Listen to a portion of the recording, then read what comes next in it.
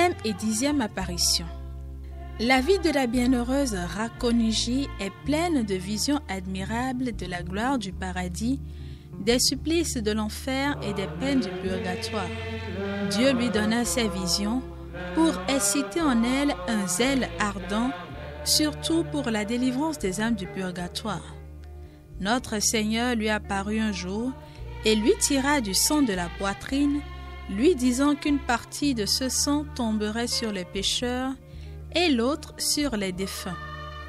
Catherine comprit par ce prodige qu'elle devait, par ses prières et pénitences, convertir beaucoup de pécheurs et délivrer beaucoup d'âmes souffrant au purgatoire. Comme elle était sur son lit, avec une grosse fièvre, elle méditait sur les souffrances de l'autre vie. Elle fut bientôt ravie en extase et conduite en purgatoire. Là, le Seigneur, afin d'augmenter sa dévotion pour les défunts, lui fit faire l'expérience de leur supplice.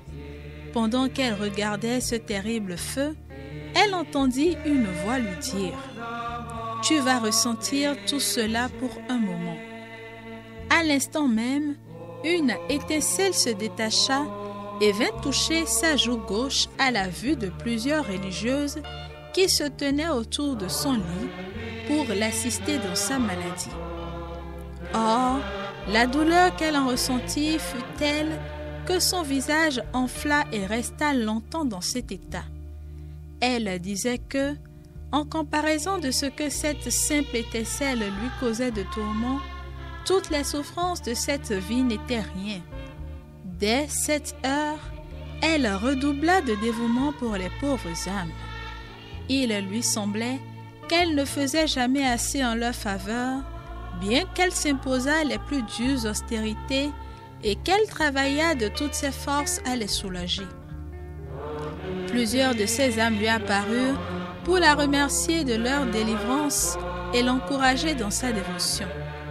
La première qu'elle vit ainsi, d'abord dans un cachot obscur, puis brillante de céleste clarté, fut celle d'un religieux supérieur de la Chartreuse. Il était tombé dans le schisme du conciliabule de Pise et, quoiqu'il eût été relevé de l'excommunication à l'article de la mort, il avait laissé à la communauté quelques doutes sur son salut éternel. Une religieuse de sa communauté étant morte subitement, Catherine désirait ardemment savoir en quel état elle se trouvait dans l'autre vie. Pendant la cérémonie de l'enterrement, elle supplia le Seigneur de lui faire connaître ce mystère et elle fut exaucée. Le cadavre de la défunte, qui était exposé à découvert, avait les mains croisées sur la poitrine. Sa main droite se leva et saisit celle de Catherine et la serra fortement, comme si elle eût imploré ses prières. Après que Catherine eut beaucoup prié, cette âme lui apparut pour la remercier, la bénir et lui assurer qu'elle était rendue dans le ciel.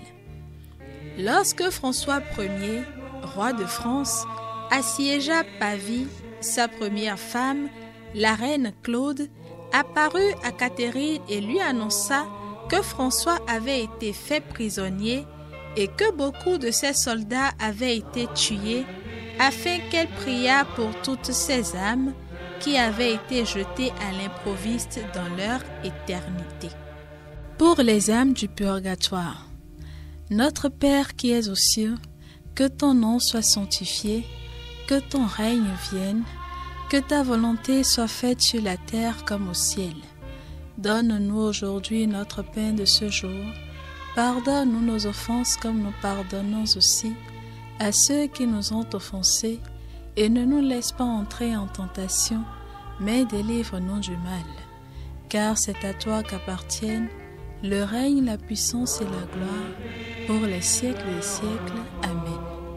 Je vous salue Marie, pleine de grâce, le Seigneur est avec vous. Vous êtes bénie entre toutes les femmes, et Jésus, le fruit de vos entrailles, est béni. Sainte Marie, Mère de Dieu, priez pour nous pauvres pécheurs, maintenant et à l'heure de notre mort. Amen. Gloire au Père et au Fils et au Saint-Esprit, comme il était au commencement, maintenant et toujours, dans les siècles des siècles. Amen. Donne-le, Seigneur, le repos éternel et fais briller sur eux la lumière sans déclin, qu'ils reposent en paix. Amen. Notre-Dame de Bonne Légion, priez pour nous et délivrez les âmes du purgatoire. Donne-lui